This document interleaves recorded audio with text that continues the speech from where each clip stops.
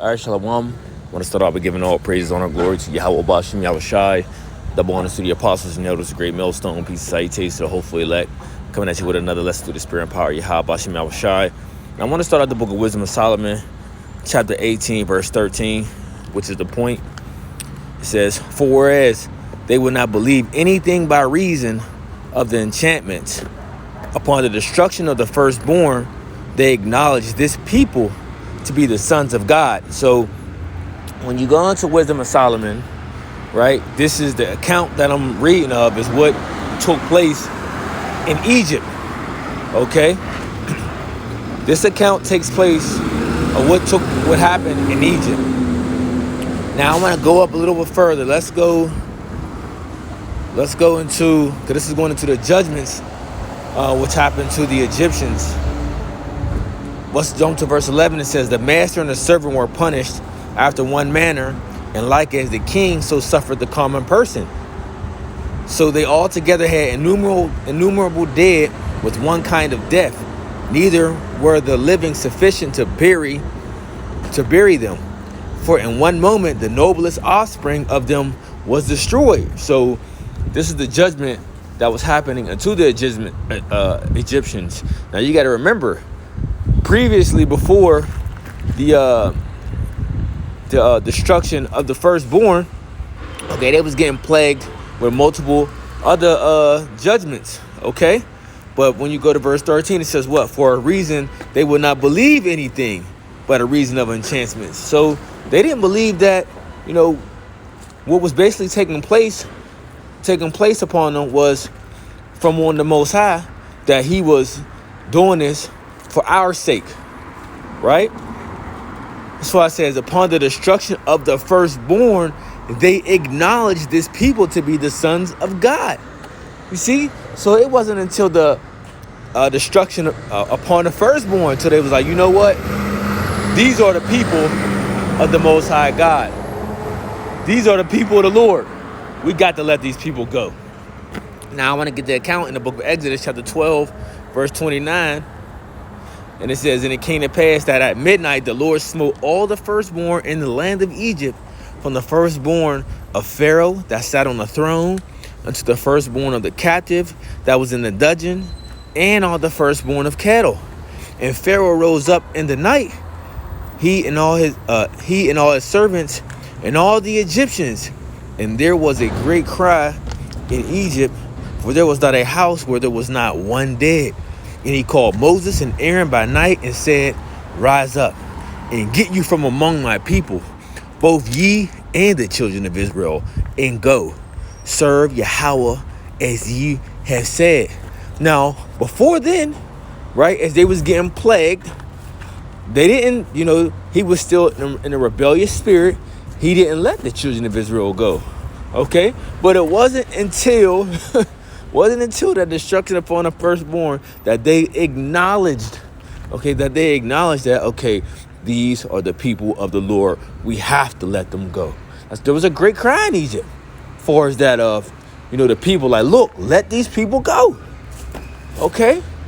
Get them up out of the land. If you don't get rid of these people, we're going to be destroyed, okay?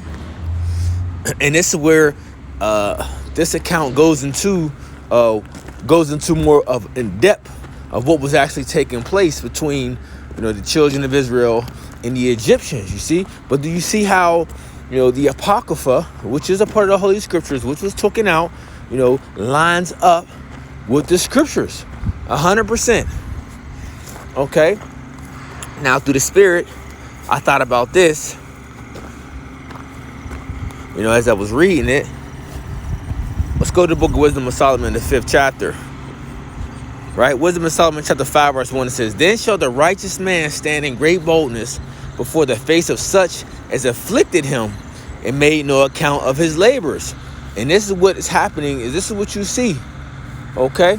In the cities, in the majority of the cities in America, Babylon the Great, and you do have other places in the world where Israelites are standing upon their feet as an exceedingly great army, as it said we would in Ezekiel, the 37th chapter. But we're standing up, in great boldness, right, before the face of such that have afflicted us. And who have afflicted us?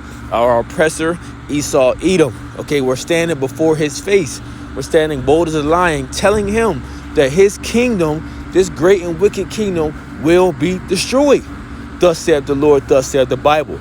Okay, in great boldness, might I add.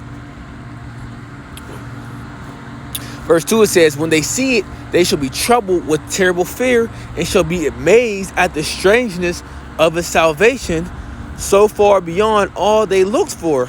And they repenting and groaning for anguish of spirit shall say within themselves, this was he whom we had sometimes in derision, in a proverb of reproach. We fools have counted his life madness and his end to be without honor. How is he numbered among the children of God? And his lot is among the saints. So this is going to be their mindset. Okay, they're gonna say, well, how are these people, how are these people, numbered among the saints? How? Okay, because see, when they start to see the Israelites beamed up into the chariots, then they're going to acknowledge that whom we are. Then they're going to acknowledge that we are the sons of the living power. We are the sons of God. Because right now they don't acknowledge us of being the Israelites. Right now, that's why they try to put different identifiers on us, and they try to dismiss our claims as we letting them know, according to biblical prophecy. Okay, these people whom is spoken about of, who will be cursed, who will get the grace and mercy. Okay, the Israelites, they dismiss that. Okay, they don't acknowledge us as we are the people of the Lord. Okay, they actually They actually talk down on us. They actually hold us as a reproach and say, there's no way these animals, there's no way these beasts, there's no way these hoodlums could be the people of the Lord. There's just no way.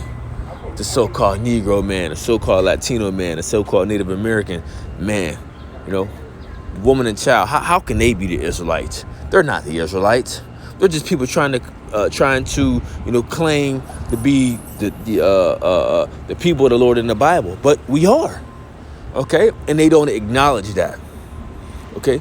But very soon they will acknowledge. They're going to acknowledge when they see brothers and sisters, getting beamed up by the chariots, Israelites. Then they're going to acknowledge. Okay? And that's the point of this lesson of they're going to acknowledge that we are the sons of God. Okay, same as the Egyptians back then. After they went through all the different plagues until the destruction of the firstborn. Then they said, you know what? These are the sons of God. Okay? These are the sons of God. Let's get Hosea chapter 1, verse 10. And it says, let's start at verse 9. It says, then said the Most High, call his name Lo Ami, for you are not my people, and I will not be your power. Yet the number of the children of Israel shall be as the sand of the sea, which cannot be measured nor numbered. And it shall come to pass that in a place where it was said unto them, ye are not my people. Is not this said unto us here in America, Babylon the Great, that we are not the people of the Lord? Because under the Egyptian captivity, we knew we were the Israelites. Under the Babylonians, under the Assyrians, under the Median Persians, under the Greeks, under the Romans, we knew that we were the Israelites. We knew we were the Israelites.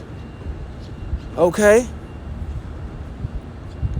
But here is the place that, we have been, having our identity and our name stripped from us. Okay? That started within the Americas. Even when dealing with the slave trade that was taking place, the Israelites that was coming from different places where we ran in here, like let's say like the interiors and exteriors of West Africa and different other places like in Europe, we still knew we were the Israelites, even though you had Jake starting to transition and to convert to these different other ideologies and religions, like the Moors. The Moors were Israelites that converted to Islam. You see, but before they were Moors or converted to, that they knew they were Israelites. Okay, so that's here. This is speaking about here. It says, so it says, yet the number of the children of Israel should be as the sands of the sea, which cannot be measured nor numbered. And it shall come to pass that in a place where it was said unto them, ye are not my people, there it should be said unto them, ye are the sons of the living power. Okay, and we have acknowledged this, and we are professing this, as the spirit of prophecy said we would, or what would be done. So just a quick head through the spirit. Lord willing, let's hope it was edifying. Until next time, let's say shalom.